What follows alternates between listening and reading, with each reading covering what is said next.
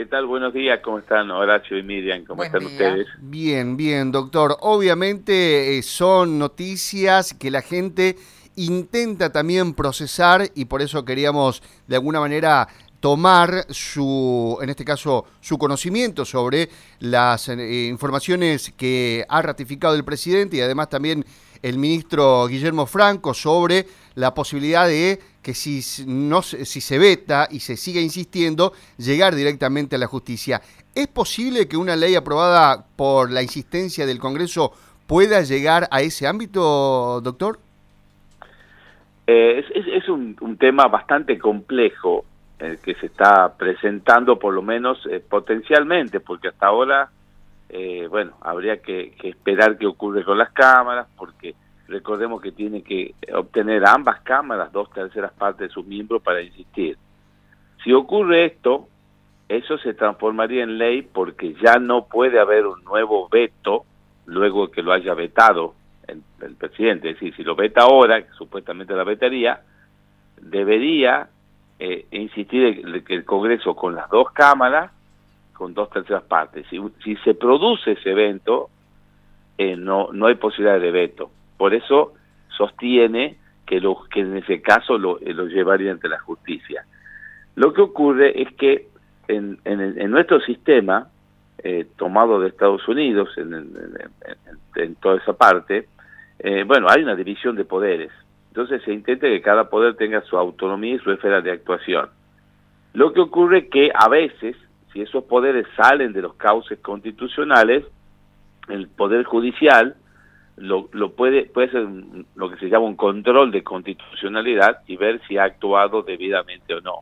Entonces, en el caso de cuando están en juego las potestades propias de cada poder, ¿no? Porque en este caso la Constitución claramente indica el camino del veto y de la insistencia con 2/3 y demás. El Poder Judicial, fundamentalmente la Corte, que es el último resorte de control de constitucionalidad en Argentina, ha sido muy cuidadosa de no entrar en muchos temas donde pueda haber conflicto entre los poderes. Esto también lo sigue la doctrina judicial norteamericana en las llamadas cuestiones políticas no justiciables. Son aquellos casos en que la justicia se retrae de conocer casos porque entiende que estaría invadiendo la esfera de otro poder. En este tema, puntualmente, del procedimiento de sanción de leyes, hace muchos años, más de 120 años, en un conocido caso, bueno, por lo menos para nosotros los que estudiamos esto, que se llama Cuyen con Llerena, la Corte dijo que era una cuestión política no justiciable todo lo referente al trámite de sanción de leyes. Luego fue aflojando un poco con este criterio de cuestiones políticas no justiciables. Hay muchas llamadas, a ver, le voy a dar un ejemplo. Cuando se dicta la intervención federal, la justicia se retrae para conocer si está bien dictada o no esa intervención federal. Lo mismo ocurre en el caso de, supongamos, la utilidad pública en una expropiación. Los tribunales argentinos dicen que es una cuestión política no justiciable decir si está bien o no decidida la expropiación. Entonces, este campo que era muy grande antes se fue reduciendo, es decir, la justicia empezó a ingresar, por ejemplo, en cuestiones sobre reforma constitucional. Hay un caso, a ver, para buscar así algo similar, porque aquí estamos hablando de la aplicación del reglamento en el Senado y demás. Hay un caso Binotti del 2007, donde la Corte tuvo la oportunidad de despedirse respecto de un ascenso militar y demás, ¿no?, dentro de las facultades que se tenía, y ahí sí la Corte intervino y declaró nulo lo resuelto por el Congreso, ¿no?, porque no cumplía con algo sobre el reglamento.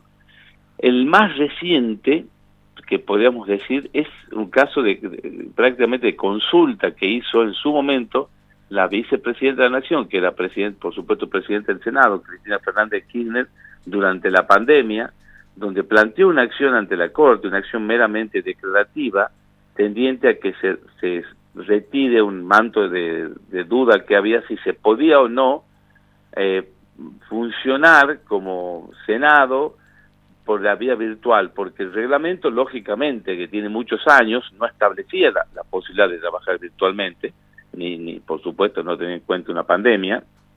Y la Corte ahí le dijo, con una sentencia muy fundada, muy académica, explicó su historia sobre esta cuestión de división de poderes. Dijo, mire, usted es la presidenta del Senado y el Senado es el que tiene que decidir cómo va a trabajar. Nosotros no podemos ingresar ahí. Claro. Por eso digo que no está muy clara la decisión que podría tomar la Corte respecto a si va a intervenir o no en una cuestión relativa al proceso de sanción de la ley. Claro. Habrá que esperar entonces, como bien lo marcaba al principio, doctor, sobre cuáles son los pasos, porque estamos adelantándonos, si se quiere, algunos pasos, sobre todo por la cuestión del trabajo que todavía debe realizar las cámaras, tanto de diputados como de senadores, y a partir de allí la determinación del Ejecutivo Nacional y para de alguna manera también poder ver estos ejemplos y sobre todo la jurisdicción que tiene cada uno de los poderes.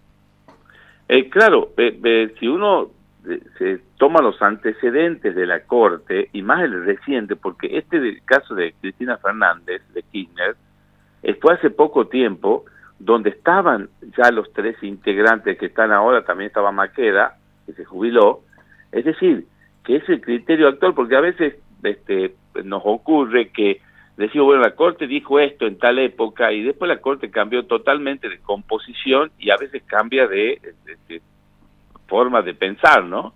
El más reciente es ese donde dijo, mire, el Senado y la Cámara de Diputados tienen su reglamento y lo aplican, porque hay un principio en la Constitución que el Congreso es el juez de los fueros y títulos de sus propios miembros, por ejemplo.